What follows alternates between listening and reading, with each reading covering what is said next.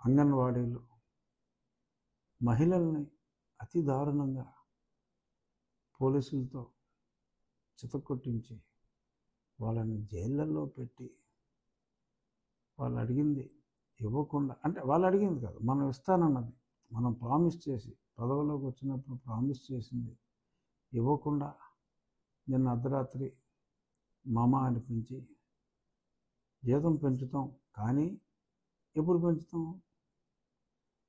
June జూలైలో పెంచుతాం. అప్పుడు ఎవరుంటారు? చంద్రబాబు నాయుడు గారు ముఖ్యమంత్రిగా ఉంటారు. మరి ఇప్పుడు పెంచేది ఎవరు? ఈయన, ఆయన.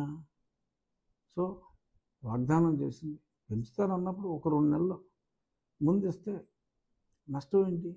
అంతమంది మహిళల శాపాలని మూటగట్టుకోవాల్సిన అవసరం ఏమిటి అనే కనీస విచక్షణ కూడా లేకుండా అసలు ఈ స్కీమ్ అనేది కేంద్ర ప్రభుత్వం స్కీము.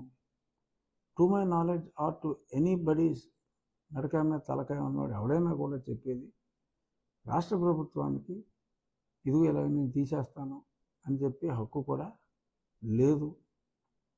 ఆ హక్కు ఉందని ఆయన భావించాడు కాబట్టి గుడ్లో మెల్లలాగా ఓహో అయితే ఆయనకు వచ్చిన ఈ భావన వలన మనం ప్రభుత్వోద్యోగుల కిందే పరిగణించబడ్డాము అన్నమాట అని వీళ్ళకు ఒక ఓదార్పుగా వారి దుందుడుకు నిర్ణయం కొంత రిలీఫ్ ఇచ్చింది. మరి చనిపోయిన తర్వాత ఖర్చుల నిమిత్తం ఇస్తూ ఉన్నారు. ఓకే, మరి బ్రతుకున్నప్పుడు జీతం సంగతి ఏంటని అడిగితే అది తప్పకుండా పెంచుదామమ్మా, మళ్ళీ మేము ఎన్నికయ్యాకంటే మళ్ళీ మమ్మల్ని ఎన్నుకుంటాయని తప్పకుండా కొత్త గవర్నమెంటు వాళ్ళది కన్సిడర్ చేస్తుంది అనే ఆశాభావం ప్రజల్లో అందరికీ ఉంది. ఇంక వీళ్ళేం చేయకల్లా చేసేదంతా కొత్త ప్రభుత్వం, సంయుక్త ప్రభుత్వం, తెలుగుదేశం జనసేన కూటమితో ఏర్పడే ప్రభుత్వమే అంగన్వాడీలకి వారు చేస్తున్న పనికి తగ్గ న్యాయం తప్పకుండా చేస్తుంది. పోలీస్ ఫోర్సులతో అణిచి భయపెట్టి ఇస్మాని ప్రయోగించి క్రూరంగా బిహేవ్ చేసి అర్ధరాత్రి చర్చలు ముగించాము అని చెప్పి మాట్లాడటం దురదృష్టం. ఇంత జరిగితే ముఖ్యమంత్రికి ఏంటని పని నేను తెలియగలుగుతాను. ఒకసారి కూడా మాట్లాడ్డా ముఖ్యమంత్రి? ఇంత సమస్య ఉంటే కనీసం ఒక్కసారి కూడా మాట్లాడి ఈ సమస్యను పరిష్కరించడానికి ఆయనకు మనసొప్పదా? ఎడ్యుకేషన్ మినిస్టర్ గారికి అంగన్వాడీలకి అసలు సంబంధం ఏంటండి? అది ఏ మినిస్ట్రీ కింద వస్తుంది? ఉమెన్ వెల్ఫేర్ కింద వస్తుంది, ఉమెన్ అండ్ చైల్డ్ వెల్ఫేర్ కింద వస్తుంది.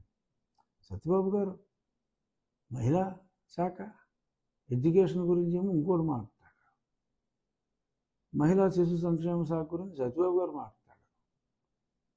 ఆయనకి పక్కన సజ్జల గారు ఉంటాడు భయపెడటానికి, బెదిరించడానికి. ముఖ్యమంత్రి గారు ఏం చేస్తున్నట్టు? ఆయన కింగ్ కర్తవ్యం ఏంటి? ఇంతకంటే పెద్ద ఇష్యూ ఏంటి?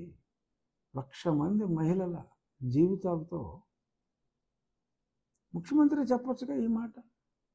ఆ నమ్మకం, ఆ స్థాయి వేరుగా ఉంటుంది కదా. సో మరి ఎందుకు ఈ పరిపాలన? సెక్రటేరియట్కి వెళ్ళడం, ఇంట్లోంచి బయట రాడాయన, కార్మికుల సమస్యలు వస్తే కనీసం ముఖమైనా ఆయన చూపించడం ఎంత దురదృష్టకరమైన సంఘటన. ఏదేమైనా వాళ్ళకి పరిష్కారం కొత్త ప్రభుత్వం వచ్చిన తర్వాత తప్పకుండా అంగన్వాడీల సమస్యకు ఇది ఒక తాత్కాలిక ఉపశమనం కూడా కాదు. ప్రెషర్ తట్టుకోలేక మహిళలు విరోచితంగా పోరాడారు, పురుషుల కన్నా కూడా. ఒక అడుగు వెనక్కి వేయవలసి వచ్చింది. బట్ అది 10 అడుగులు ముందుకు పడటానికే తప్ప ఇది మహిళల వెనకడుగు అని నేనైతే భావించట్లేదు. చూద్దాం రాబోయే రోజుల్లో డెఫినెట్గా అంగన్వాడీలకు తప్పకుండా మంచి జరుగుతుంది.